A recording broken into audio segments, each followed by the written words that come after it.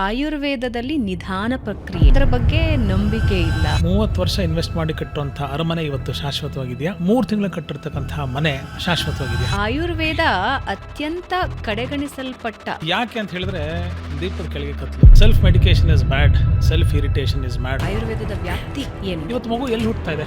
ಇವತ್ತು ವಯಸ್ಸಾದವ್ರು ಎಲ್ಲಿ ಸಾಯ್ತಿದ್ದಾರೆ? ಹಾಸ್ಪಿಟಲ್. ಮೋಸ್ಟ್ ಇಂಪಾರ್ಟೆಂಟ್ ವರ್ಡ್ ಇದು. ಚಪ್ಪಲಿ ನನ್ನ ಸ್ವಾತಂತ್ರ್ಯ, ನಾನು ಅಡಿಗೆ ಮನೆಗೆ ಹಾಕೊಂಡು ಹೋಗ್ತೀನಿ. ಆಂಬುಲೆನ್ಸ್ ಗಿಂತ ಫಾಸ್ಟ್ ಆಗಿ ಪಿಜ್ಜಾ ನಮ್ಮ ಮನೆಗೆ ಬರುವಂತಹ ಪದ್ಧತಿ ನಾವು ಒಪ್ಕೊಂಡ್ಬಿಟ್ಟಿದೀವೋ. ಅದೇನ್ ಗೊತ್ತಬಿಡೋ, ನಮ್ಮ ಅಜ್ಜಿ ಮಾಡ್ತಾ ಇದ್ರು. ನಿಮ್ಮ ಅಜ್ಜಿ ಹೋಳಿಗೆನೂ ಮಾಡ್ತಾ ಇದ್ರು. ನೀನ್ ಕಲ್ತಿದ್ಯಾ?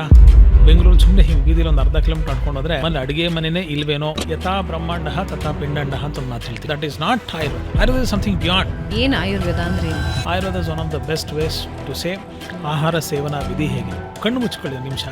ಸರ್ವೇ ಪಿರೋಗಹ ಮಂದಾಗ್ನೋ ಅಂತ ಒಂದೇ ಒಂದು ವರ್ಡ್ ಆನ್ಸರ್. ಬೆಂಗಳೂರು ಕನ್ವೆನ್ಷನಲ್ ಹುಟ್ಟು ಬೆಳೆದ ಹೆಣ್ಮಗುನ ಮಂಗಳೂರಲ್ಲೋ ಕೊಬ್ಬರಿ ಎಣ್ಣೆಯಲ್ಲಿ ಜಾಸ್ತಿ ಬಳಸ್ತಾರೋ, ಎರಡನ್ನ ಕಂಪೇರ್ ಮಾಡ್ಬೋದು. ಆಯುರ್ವೇದ ಬಹಳ ಕಾಸ್ಟ್ಲಿ ಅಂತಾರಲ್ಲ. ನಮ್ಮನ್ನು ಚಂದನಾದಿ ಒಟ್ಟಿ ಮಾಡಬೇಕು ಅಂದ್ರೆ ಶ್ರೀಗಂಧದ ಮಠ ಸರ್ಕಾರ ಪರ್ಮಿಷನ್ ತಗೋಬೇಕು, ಫಾರೆಸ್ಟ್ ಡಿಪಾರ್ಟ್ಮೆಂಟ್ ಪರ್ಮಿಷನ್ ತಗೋಬೇಕು. ಅಷ್ಟೊಂದು ಸುಲಭ ಅಲ್ಲ ಸರ್. ನಿಮ್ಗೆ ಯಾವುದು ಸುಲಭ? ಯಾವುದು ಸುಲಭ? ಯಾವುದು ಸುಲಭ? Tell me.